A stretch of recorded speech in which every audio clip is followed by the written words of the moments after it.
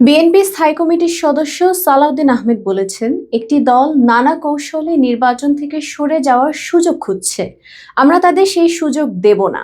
আজ শনিবার রাজধানীর বাংলাদেশ চীন মৈত্রী সম্মেলন কেন্দ্রে গুম, খুন ও নির্যাতনের শিকার পরিবারের সদস্যদের সঙ্গে মতবিনিময় সভায় তিনি এই কথা বলেন।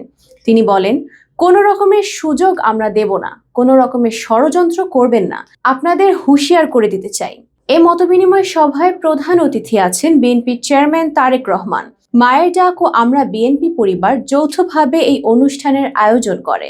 তারেক রহমানের উত্তরবঙ্গ সফর প্রসঙ্গে বলতে গিয়ে সালাউদ্দিন আহমেদ বলেন, নির্বাচন কমিশনের অনুরোধে শান্তির জন্য আমরা কর্মসূচি স্থগিত করেছি। নির্বাচন কমিশন এবং একটি রাজনৈতিক দল মনে করছে এটা আমাদের দুর্বলতা, বরং এটা আমাদের ভদ্রতা। তারপর থেকে নির্বাচন কমিশন এবং একটি রাজনৈতিক দল যেভাবে নির্বাচন থেকে প্রশ্নবিদ্ধ করতে চায় এবং পারতপক্ষে নির্বাচন থেকে সরে দাঁড়াতে চায় বিভিন্ন কৌশলে। তিনি আরো বলেন, তারা সুযোগ খুঁজছে, কিন্তু আমরা কোনো সুযোগই দেব না।